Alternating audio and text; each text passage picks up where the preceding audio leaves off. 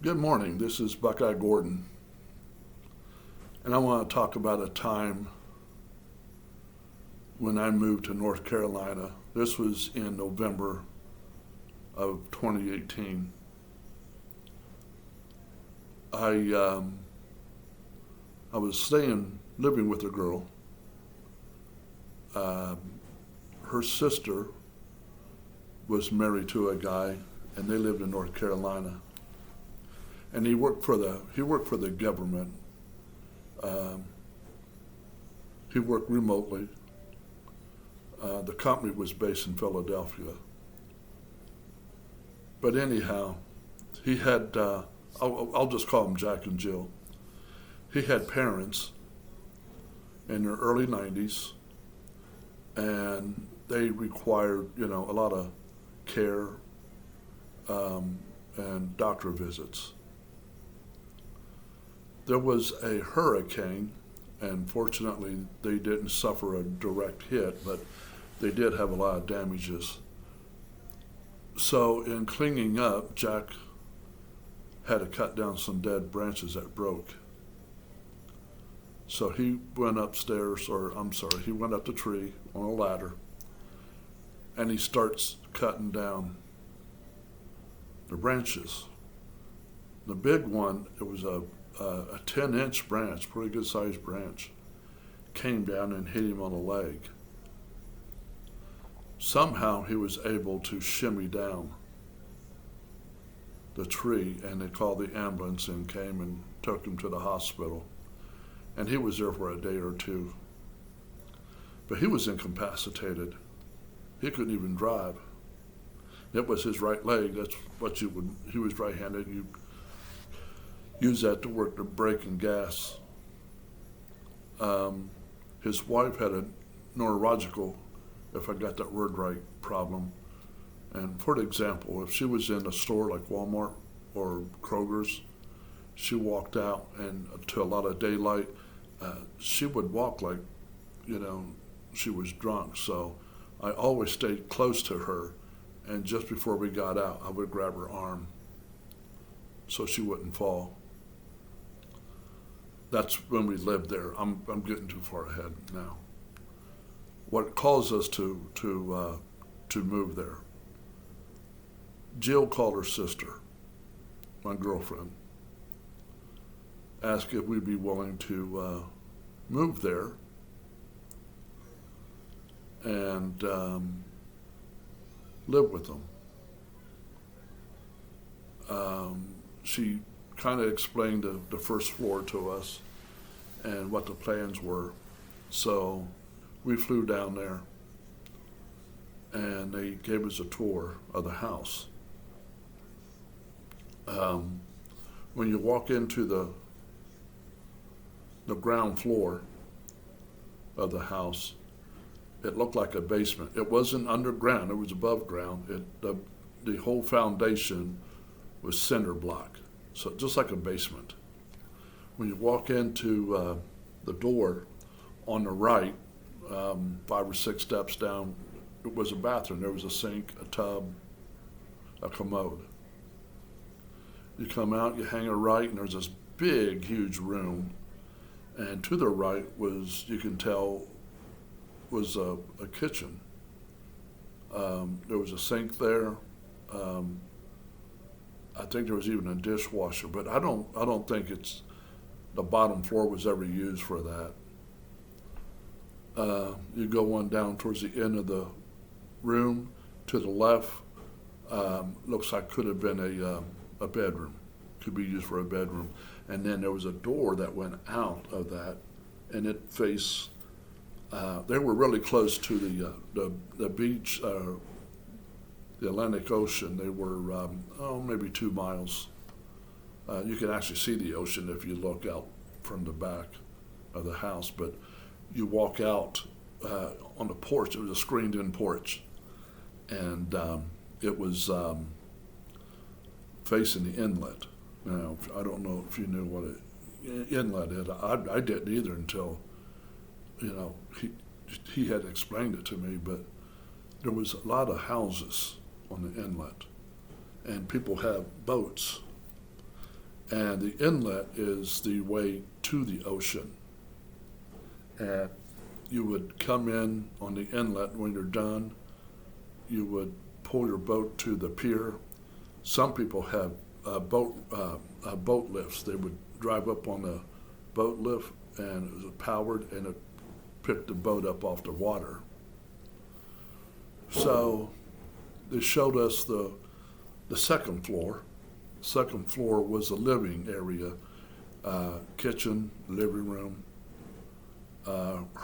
Jack and Jill's parents had a bedroom on that floor, so they didn't have to go up and down the steps.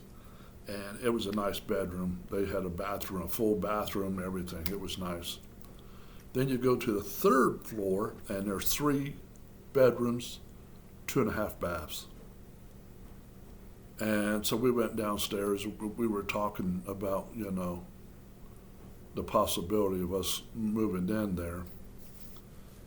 And what they had proposed was that first floor with all the cinder block. They were going to spend the money to turn that into a 1-bedroom apartment. And I'm kind of sitting there thinking, man, that's a lot of cinder block, And I try to visualize it, but their visualization was a lot different than mine. I'm not real good, I guess, visualizing things like that, but she said if we didn't like it, then we could have one of the bedrooms upstairs, mainly because they needed help. Jack had to go to the doctor appointments, Jill had to go to the doctor appointments, and Jack's mom and dad, the 2 elderly couple, the 2 elderly people, his parents, had to go to doctor's appointments. And that's, of course, where I came in. My girlfriend would help with the cooking and the cleaning and stuff like that. And the monthly charge was really, really little. I mean, less than $700. And so we went back home and talked about it and agreed to give it a try. So we called them up and said, yeah, we'll come down. And Jack said he'd already gotten a hold of a contractor and was going to spend the money. It was quite a bit of money. It was almost $100,000. And so they had already started. So when we moved down there, with the U-Haul, we moved everything down there, and we put all the boxes we had. We didn't really take much furniture. We just gave a lot of stuff away, but our personal items and boxes, we put that on the porch, on the bottom, where they were doing the bedroom, but we kept it on the porch so it's out of their way. So we stayed in one of the bedrooms upstairs. So time went on and on and on, and I would go down once in a while to see how the progress is working out, and I go back upstairs, and Jack would ask me what's going on. I'd tell him, and anyhow, it got completed, and boy, it was a difference of night and day. I was just, it looked like a brand new apartment, like somebody just built a brand new apartment. It was really nice, and whatever my girlfriend wanted, they had the contractors do. So, they went way over and above, and we were very thankful. It was a wonderful area, not much expenses, and in return also, and I agreed. I would make the runs to all the doctors. Jack's mom always liked to have her hair done every couple of weeks. I'd take her to her hairdresser. And we just did the things we had to do to help. So time went on. There were sometimes I go upstairs. I would like get coffee and then go out and sit in the screen porch and just watch the boats and people skiing. But sometimes I go up on the main floor, the main living floor, and Jack's mom would always bake cinnamon muffins, and they were good. She made them from scratch. She's old school, and she would be out on the porch. I could see her sitting on one of the lawn chairs. So I get me a coffee and cinnamon muffin, and I go out there, and we talk. We just talk about stuff, just all kind of things. We got along really good. Well, Jack's father one day fell. Took him to the hospital, and unfortunately, a few days later, he died, which isn't uncommon for older people when they fall. That's devastating. Even somebody like me, 69, anybody over 60 probably, if you fall, it could be bad. But as time went on, things started to happen. And I got the impression that I kind of felt unwelcome. I don't know if it was because people were getting better and they were able to do things themselves. Maybe it's me. Maybe I just took it the wrong way. But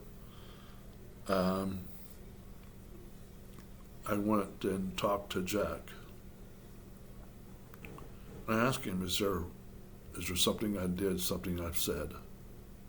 He says, no, there's nothing you did or said. I said, well, I kind of feel unwelcome, so we're just going to go back. And he didn't try to stop me. So I told my girlfriend, Jill's sister, it's time for us to leave. And she says, I'm not going. I don't like Ohio. I don't like it at all. I'm staying here. Okay. How you going to afford the rent? She says, I'll figure something out, because she wasn't hardly getting nothing on Social Security. I think she was only getting $400 or $500, if I remember right. So I packed my personal belongings, got a rental car, and I was gone. I went back to Ohio. And that's what happened. Even to this day, I'm not really sure why I felt unwelcome. Maybe they were kind of distancing their self toward me. I don't think I said anything wrong. Me and Jack's mom, we got along really good. We just talked, and at least she had somebody to talk to. A lot of times, Jack and Jill would stay in the bedroom, watch TV, and I go out and talk to her, and just keep her company. So I want to thank you for taking the time out to listen to me. I really appreciate it. I appreciate the 516 people who have subscribed to my channels. And I would appreciate if you give this one a like. And maybe it could help somebody else. Anyhow, I hope your weekend went great. And until next time, Buckeye Gordon out.